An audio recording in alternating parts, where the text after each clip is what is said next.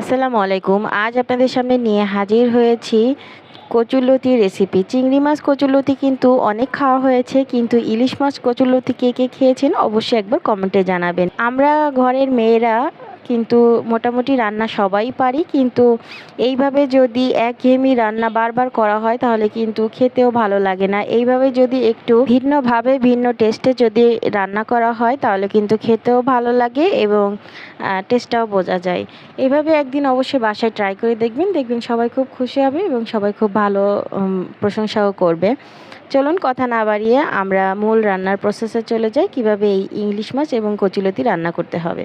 দেখুন, এর জন্য আমি এখানে ইলিশ মাছ নিইনি, কিন্তু মাছের যে মাথা এবং লেজ ছিল অবশিষ্ট, সেই মাথা এবং লেজ দুইটা করে নিয়ে নিয়েছি। দুইটা মাথা এবং দুইটা লেজ নিয়েছি। এটাকে আমি ছোটো ছোটো টুকরো করে কেটে নিয়েছি। দেখুন, আপনারা চাইলে কিন্তু আস্তেও করে রান্না করতে পারবেন। সেক্ষেত্রে খুন্তি দিয়ে প্রেস করে করে ভেঙে দিবেন, এতে করে কাটা কাটা হয়ে যাবে। এবার ছোটো করে নিলে ভালো হয়।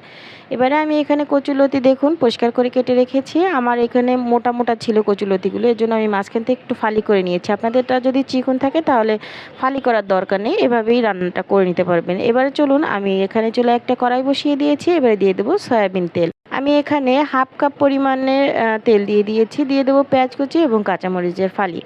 এটাকে আমি নেড়েচেড়ে সামান্য একটু নরম করে ভেজে নিব। বেরেস্তা করার দরকার নেই, একটু নরম হলেই হবে।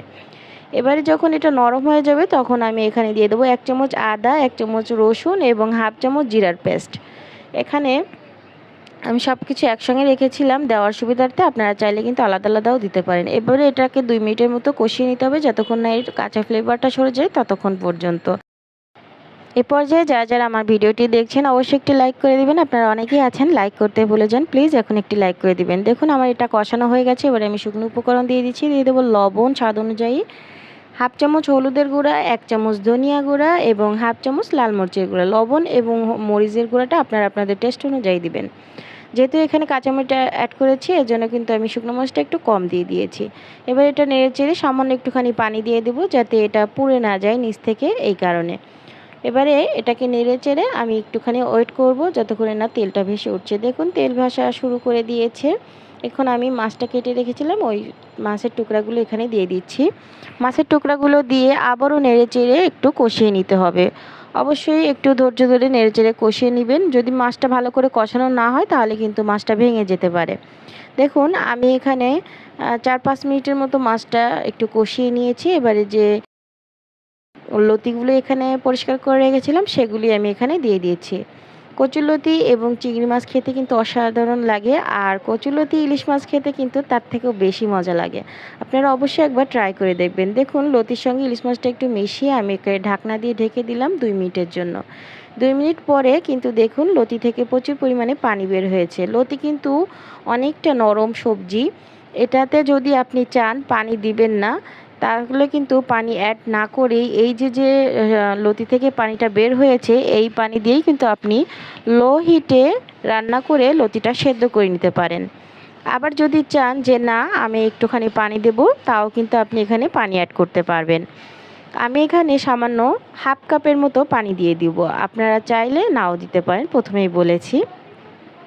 এবারে আমি এখানে হাফ কাপ নর্মাল পানি দিয়ে দিচ্ছি। আপনারা চাইলে কিন্তু কুসুম গরম পানিটাও দিতে পারেন, কোনো সমস্যা নেই।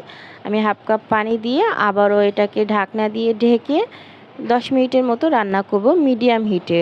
দেখুন, আমি একটু নেড়ে চেড়ে ঢাকনাটা দিয়ে রান্না করব 10 মিনিটের মতো। 10 মিনিট পরে ফিরে আসব। দেখুন, 10 মিনিট পরে পানিটা কিন্তু অনেকটাই শুকিয়ে গেছে। এ পর্যায়ে আমি খুবই আলতো হাতে এটাকে একটুখানি উল্টে পাল্টে দেবো। খুব বেশি নাড়াচাড়া করা যাবে না, কারণ এতে করে লতিটা ঘেটে যেতে পারে।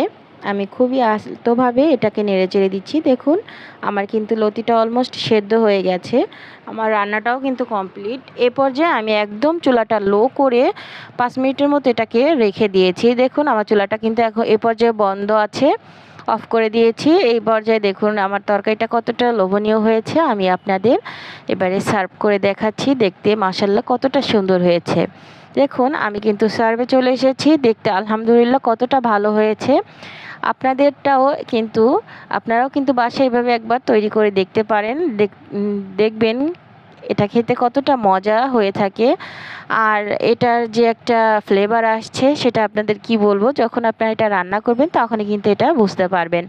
অবশ্যই বাসায় একদিন ট্রাই করবেন। আমার ভিডিওটি ভালো লাগলে লাইক কমেন্ট শেয়ার করবেন এবং আমার চ্যানেলটি সাবস্ক্রাইব করে রাখবেন। অবশ্যই বেল আইকনটি বাজিয়ে দেবেন। সবাই ভালো থাকবেন, সুস্থ থাকবেন।